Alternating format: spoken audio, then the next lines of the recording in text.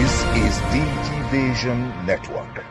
Hello and welcome to the program, Digivation Network, your most authentic and reliable African's leading digital news platform on television. I am Adaze Okeaine, standing in for the regular anchor, Bayo Agabi. Remember, you can also be part of the show by subscribing to our YouTube channel, www.youtube.com/Digivation Network, and follow us on our social media platforms displayed on your screen. I am Bayo Agabi. Welcome you to this new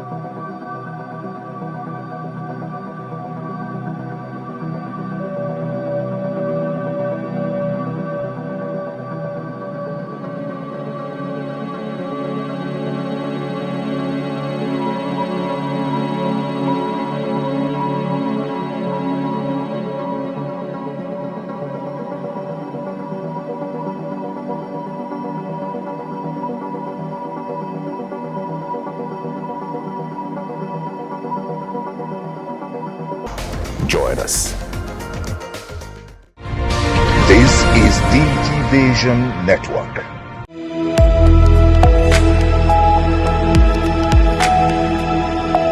Hello everyone, I welcome you to another edition of the Top 5s on Digivation Network. I'm your host, Gideon Tobilaba. Technology today is evolving at a very fast pace, and the world has changed a lot more due to the outbreak of COVID-19, making IT professionals realize that they will constantly be learning, unlearning, and relearning out of necessity, if not desire. Last year was no doubt a very challenging one for everyone on the planet, and this gave rise to different innovations, and some existing innovations enjoyed wider global patronage that cemented their relevance. So for today, let's have a look at the top 5 new technology trends of 2020. Standing on my number 5 is quantum computing. Quantum computing is a form of computing that takes advantage of quantum phenomena like superposition and quantum entanglement. Quantum computing markets are projected to surpass $2.5 billion by 2029. Going straight to number 4, which is virtual reality and augmented reality. VR immerses the user in an environment while AR enhances their environment. Although this technology trend has primarily been used for gaming thus far, it has also been used for training, as with virtual ship, a simulation software used to train US Navy, Army, and Coast Guard ships captains. The global AR and VR market is expected to grow to $209 billion by 2022. On my number 3 is blockchain. Although most people think of blockchain technology in relation to cryptocurrencies such as Bitcoin, blockchain offers security that is useful in many other ways. In the simplest of terms, blockchain can be described as data you can only add to, not take away from or change. As the use of blockchain technology increases, so too does the demand for skilled professionals. This is an innovation that has broken boundaries, and its future is certain to dominate. That takes us to number 2, and is the very controversial 5th generation network, popularly called 5G, that occupies that position in my list. And yes, this was launched in 2029, where 3G and 4G technologies have enabled us to browse the internet, use data-driven services, increased bandwidth for streaming on Spotify or YouTube, and so much more.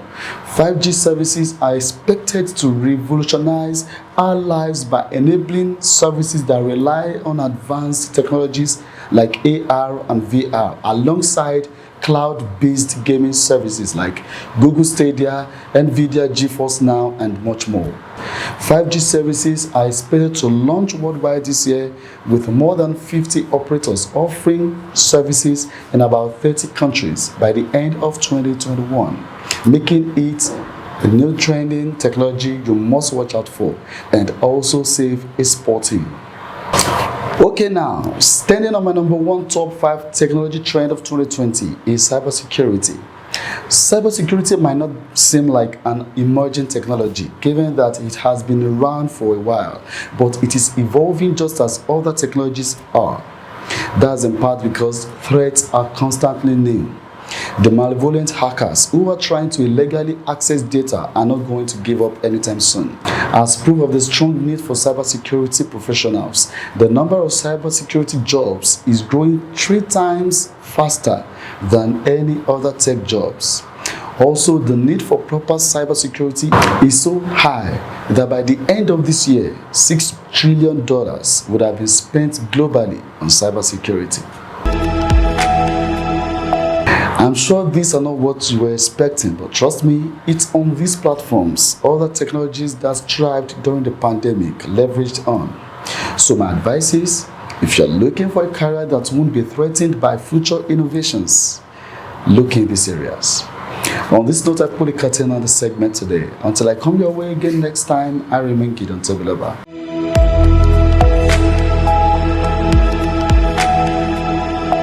Now is an in-depth interview with Biodo Omoni, an IT expert.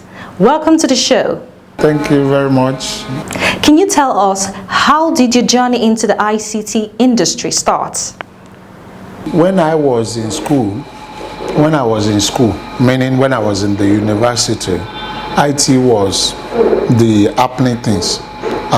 Incidentally, I studied engineering at the University of Ilorin. I studied electrical engineering. I remember then, that we needed to do.